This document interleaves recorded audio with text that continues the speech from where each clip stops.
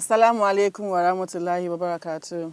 You're welcome to another episode of Story by Umi. My name is Asma Yusuf. With me today, I have a very interesting audience. I've got with me Mohammed, Yasir, Abubakar, Ridwan. And we're going to tell a very interesting story today. It's about the story of Prophet Yunus alayhi salatu wasalam. Before we go to the story, we'll take a short break, a very quick break, and we'll be right back. You're still watching Little Learners! Welcome back. So our story for today is about the story of Prophet Yunus alayhi salatu wasalam. Long time ago, in the city of Nineveh, there was Prophet Yunus alayhi salatu wasalam. He was appointed by Allah and sent to his people at the time to worship Allah, to give them admonitions, tell them the truth. Allah is the way, worship Allah. He told them so many things. Unfortunately, the people were not interested in listening to what he had to say. They did not believe in what he was saying. They did not see any reason why they should worship Allah instead of doing what they were doing. They were comfortable, they were fine. When you think you have everything, you don't need Allah. That was what they thought at the time. So Yunus, he kept talking to them. He did everything he could do at the time in his power. He would say, worship Allah. He said a lot of things to them, but the people of Nineveh were not interested in listening. Naturally, he was fed up. Yunus just gave up like, oh, God has told me to do so many things. I've done everything I can do. They are not listening to me. Maybe it's just best I leave these people since they don't want to listen. Let me leave them to their fate. So Yunus abandoned the city and left. He was going to just go away from these people he believed were not believers of Allah. So on his way, he got to the seaside and he saw a ship that was about to sail. And he said, oh, maybe there comes my escape route. Let me get on this ship away from these people. And he got on the ship. He was welcomed aboard. He got on the ship, and along the line, as the ship was going, at a point there was a thunder strike. And then it started drizzling. So as it was drizzling, the next thing it increased to heavy rain showers. There was lots of water and everything. They were just like, what's going on? Then there was a thunderstorm. Everybody was panicking. Oh my God, are we safe? Is this boat going to capsize? Is ship going to be fine? They were all worried, but they were just praying and hopeful that, okay, we'll be fine. They did everything. Unfortunately, it got worse and worse and worse. At the point, they knew that the ship was not safe anymore. So they decided to throw away some of their luggage just to keep them afloat. So they tried to just keep the ship afloat. They threw away so many luggages.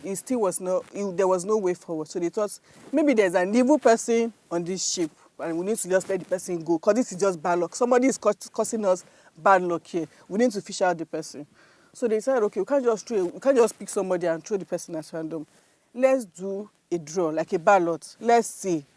Whoever the ballot picks is going to be the person that will be thrown off the ship. And they did just that. They threw the ballot, and the ballot picked up Prophet Yunus alayhi salatu wasalam. And the winner said, oh, this man, he seems like a good man. We don't know anything evil about him. Let's do it again. Let's see. It might not be him. So they did it a second time. Unfortunately, guess who he picked again? Prophet Yunus. So they're okay, let's give it one more chance. That the third time, whoever he picks is what we're going to take. And they did it the third time. And guess who he picked?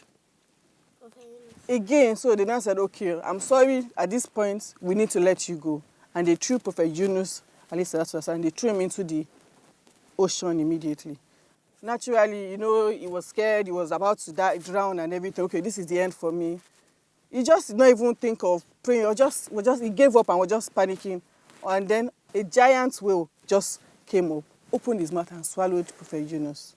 And then when that happened, Yunus was scared. He thought maybe when something like that, you assume he would die. And then he found himself inside the belly of the whale.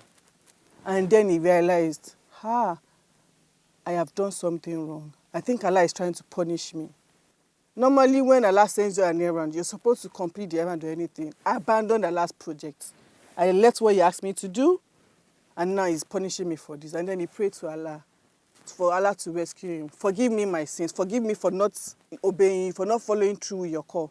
Forgive me for what I've done. Save me from this, oh Allah, from the belly of the whale. And guess what happened? Allah, subhanahu wa ta'ala, in his infinite mercies, caused the whale to swim back to the shore. So he went close to the end of the shore, to the sand, and he spat out Prophet Yunus alayhi salatu wasalam. Allahu Akbar, isn't it? Allah had forgiven him. He brought him back alive and safe. And then he realized what he had done. He asked Allah for forgiveness and he went back to his people eventually to complete his mission. And inshallah, to the glory of Almighty Allah, most of his people eventually listened to him and converted to Islam. And they worshipped Allah as they should. And that's how the story of Yunus comes to an end. No, okay, thank you, Abubakar. But before we have to take questions, we'll go on a quick break and we'll be right back.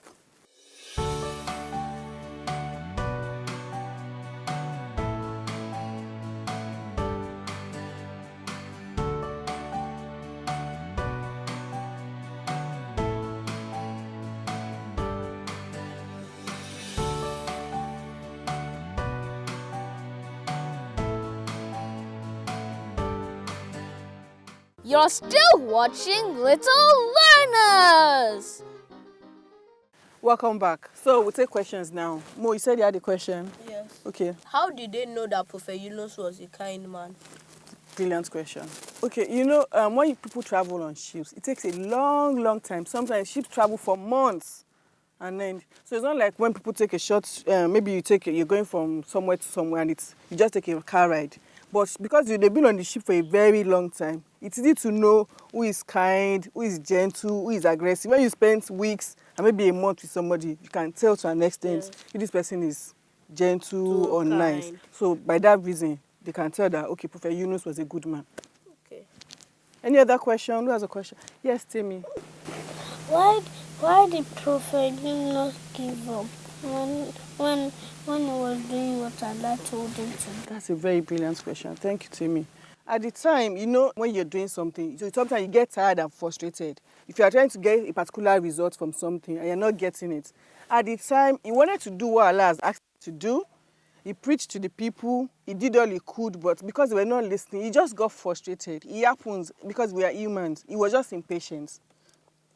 It's good to be patient, but sometimes we lose our patience. So at the time, he was just frustrated. He wasn't patient enough. If he had waited maybe a little longer, maybe they would have listened to him just a little longer. But he didn't do that because he was just tired and frustrated. And that's why he left. And Allah taught him a lesson by making him almost lose his life. And then he now saved him. Do you understand? Yes, Mohammed. I have another question.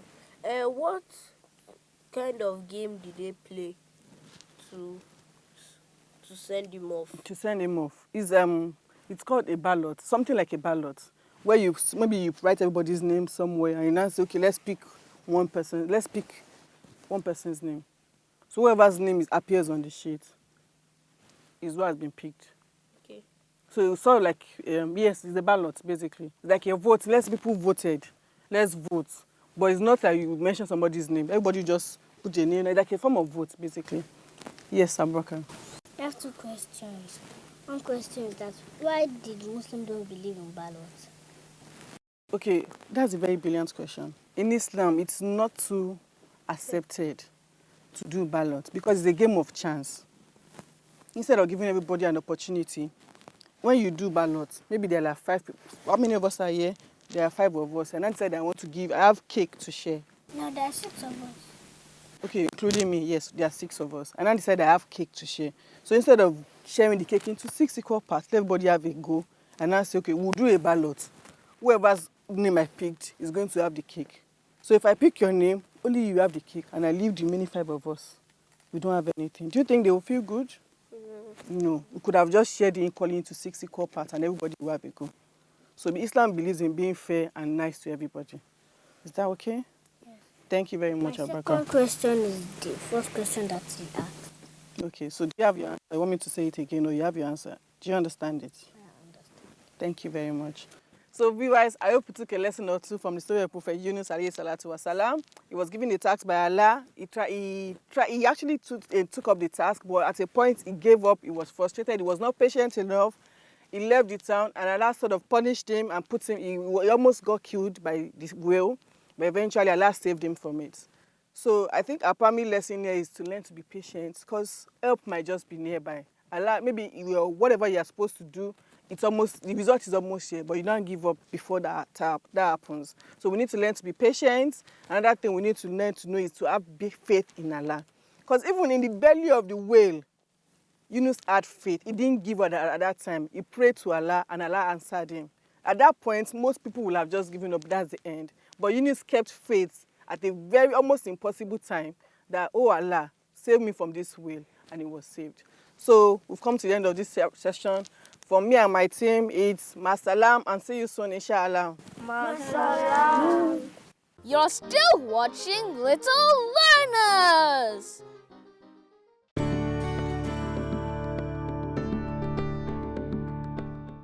Assalamu alaikum viewers at home. My name is Lina Adams Yusuf and welcome to my hijab styling session. So here with me is my veil and I have some pins here with me too. And wearing hijab is an important part of a Muslim's dressing.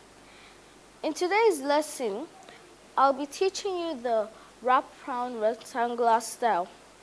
It's going to be very simple. So before I teach you, I just want to share some of my tips with you. Tip number 1, I match the color of my hijab with my outfit. And tip number 2, I decide which style I'll be making with my outfit. So the wrap-round rectangular style, it's simple. You take out your veil, you open it up, and then you wear it on your head. So you start with this side, holding it with the tip, and you have to make sure it's equal. So you take this side, holding it by the tip, you wrap it up, put it there, you take the other side, holding it with the tip too, then you take it up, then you get your pin and pin it. Now I'm trying to fix the pin and be careful because of the sharp point so that you don't hurt yourself. Isn't this beautiful? I got this veil from Arbel stores, one of the leading Islamic stores in Nigeria. You can check in Arbel stores. You can buy various colors of veils, hijabs, and other Islamic things, even books too. So I really hope to see you in Arbel stores soon, and you can also try out my beautiful hijab style. Thank you. Bye. Assalamu alaikum wa rahmatullahi wa barakatuh. My name is Abubakar Akombi. I am here to teach you Surah Al-Kawthar from the Quran. Let's learn now. Inna atoynaka al-Kawthar fasalli rabbika wanhar inna shani'aka huwal abtar. You're still watching Little Learners. I have good news and bad news. The bad news is, as every good thing must come to an end, the program today has ended. But the good news is, we will be back. Same time, same station. But before I go, be the best you can be. I know the world waits for no one. Bye and see you next time. Bye.